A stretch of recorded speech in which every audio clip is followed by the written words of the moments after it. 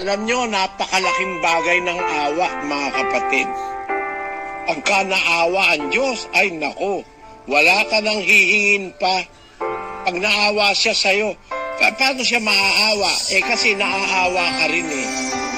Pag naaawa ka, maaawa rin ang Diyos sa'yo. Aral yan sa kapatiran. Ganito yan, mga kapatid. Pag nagbibigay ka, bibigyan ka rin ng Diyos.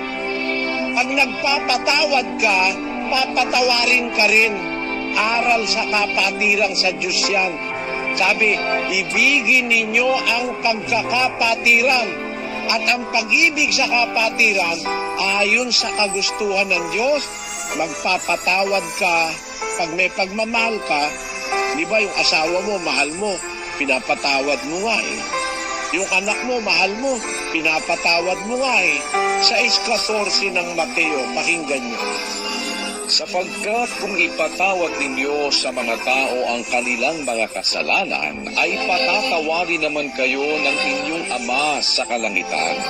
Datapwat, kung hindi ninyo ipatawad sa mga tao ang kanilang mga kasalanan, ay hindi rin naman kayo patatawarin ng inyong Ama ng inyong mga kasalanan.